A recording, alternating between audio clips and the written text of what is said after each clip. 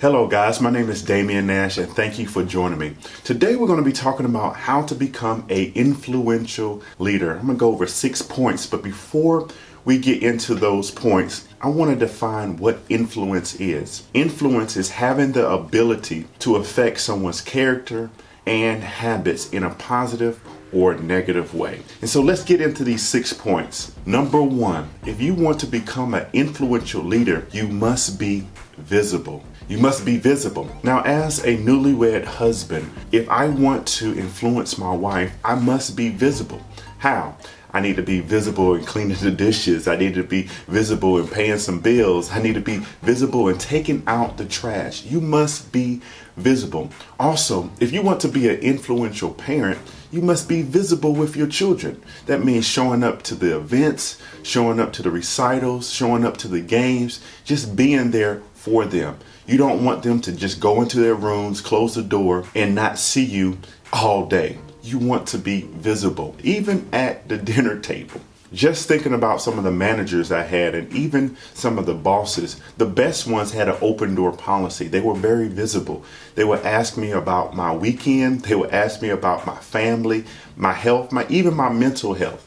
And so if you want to be an influential leader, you must be visible. So number 2 is having a shared sacrifice. Shared sacrifice. If you want to be an influential leader, you need to have shared sacrifice. Several years ago, I was talking to my older brother and he was telling me about basic training. He was in the military and the things that was happening at basic training where they used to crawl in the mud while live ammo was being shot over their head.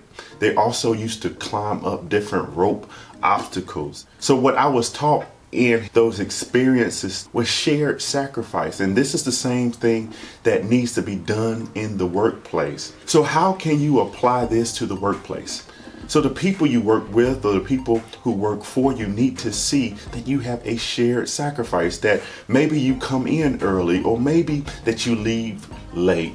Chick-fil-A does a great job with this, where their managers, their higher ups, their executives will go and visit a store and you will see them picking up trash. You will also see them sweeping. If they see something wrong, they will do it themselves because they want to show a shared sacrifice. What is another thing that you can do to show a shared sacrifice in your organization today? Number 3 is experience. Experience. If you want to be an influential leader, you need to have experience, and very specifically, you need to have a special set of skills. As a basketball analogy, look at LeBron James and KD, Kevin Durant. LeBron James left Cleveland to go to Miami. Why? Because Miami had the experience of a championship. Also, we see KD leaving the Oklahoma City Thunder for the Warriors. Why did he do that?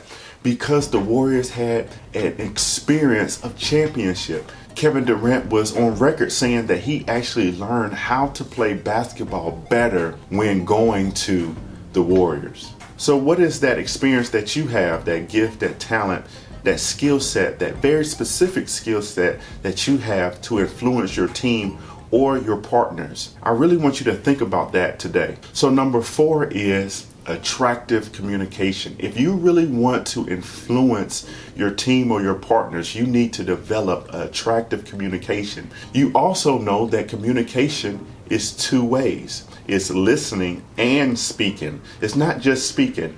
And so I want to talk about 4 things that you can work on to have that attractive communication. One of the things is your tone. My wife says, Damien, check your tone. Sometimes I don't have that attractive communication with my tone. My tone is too strong. Another thing is your pitch, pace, and your volume. I want you to work on some of these things this week, your pitch, your pace, your tone, and your volume, so you can develop that attractive communication. And also with communication, it's listening, it's decoding the message. Learn how to be quiet for a minute and wait till the person finish talking and then ask very intentional questions to get an understanding of what the person is saying. Number 5 is direction. If you want to be that influential leader, you must have direction. That means with your family and or with your organization. So how do you get direction? Well, you have to have a vision. You have to sit down, turn off all distractions, that's social media, TV, all your distractions, and just meditate on the vision that you see.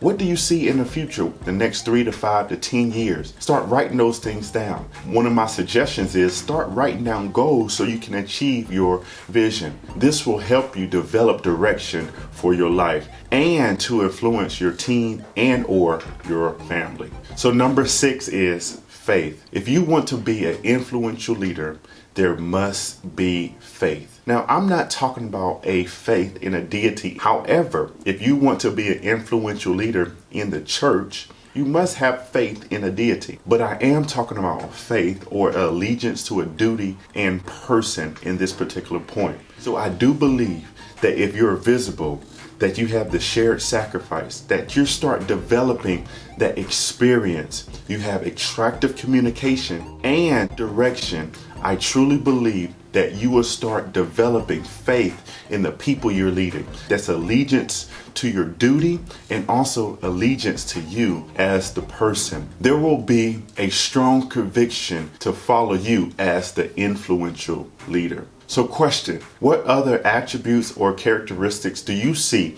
in an influential leader?